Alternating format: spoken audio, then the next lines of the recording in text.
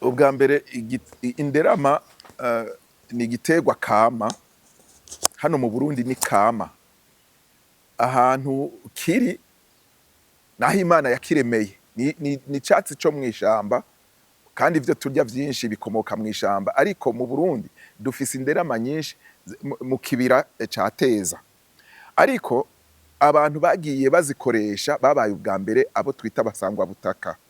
kubera cari icatsi c'ishamba uko bagiye bagikoresha cane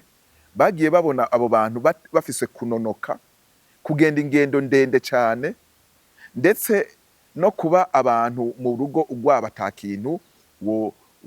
wobagaya hanyuma buke buke uko kuntu abo bantu bari bameze bituma ababanyi babo bamenya ubwo bunonotsi ubukomezi iyo bukomoka ariko uko batera bazifungura ababanyi babo bagiye nabo bazifungura buke buke mu nyuma nabo bagenda babona impinduka rero kiba icatsi c'akarere ubwo rero uko imyaka yagiye nuko ico catsi cagiye cegera abantu benshi inderama rero ni mu bwoko bw'ivyo twokwita amapinari yo mw'ishamba ni icatsi kiranda kujya kumubuto ariko coco kibaho neza kiranda kija gitondera hejuru atari hasi ni icatsi kiba hose ahakanye kirahaba cane ahashushe kirahaba n'ahashushe buke buke canke ahakanye buke buke kirahaba inderama rero ico ifasha mu mubiri ubwa mbere tubabwire ko ni imboga urazaha mu kuziteka ni kujya duteka izindi mboga zose kuzirunga ni kujya turunga izindi mboga zose nta gihambaye kirimwo rero ku bantu bazi inderama bamaze kuzibona bamaze kuzibwirwa canke bashobora kuzozironka ejo canke hirya y'ejo inderama zirafungurwa vyonyene ariko uzifunguye inderama ifasha mu mubiri w'umuntu ihereye hasi gushika hejuru imbere yuko ndababwira ku vyerekeye ingaruka zimwe zimwe reka ndababwire ko zigaruka zikaba umuti umuntu afise ingwara y'umushishito narya inderama umuntu afise ingwara y'umutima narya inderama kubera harimwo fosforo nyinshi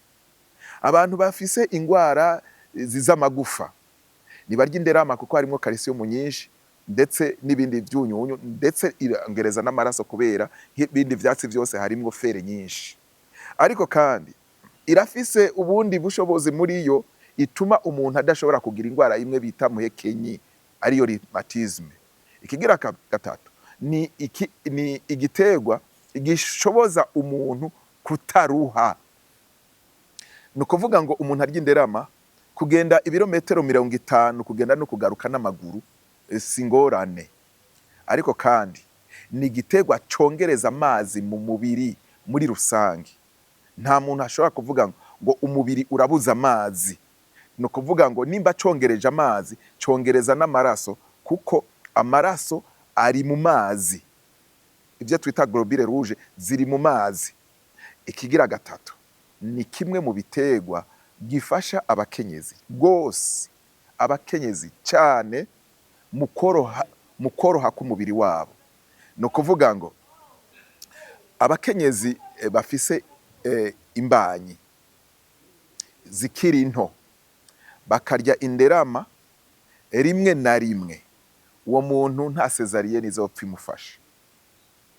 kiretse yagize izindi ngorane zidasanzwe kuko amasanganya abaho ariko mu buryo budasanzwe ntashobora kuvuga ngo inzira ziwe ziraga kubera umwana aza kuvuka mu buryo bworoshe cane n'imisonga mikeya cane gose ariko kandi dusubire muri rya hohoterwa abagore benshi tuvyumva bivugwa hariho abahakwa kwahukana kubera ngo barumaganye ivyo rero inyishu imwe ihari isumba izindi hano ni inderama ibishinga nahe ni vyinshi cane kubo twazirangiye ndetse natwe n'abaduhaye amakuru tutaranazibarangira abantu bakoresha inderama ntawe uzopfa n'umugabo wiwe yuko mu rugo ibintu bitifashe neza na gatoya ivyo abantu baririra,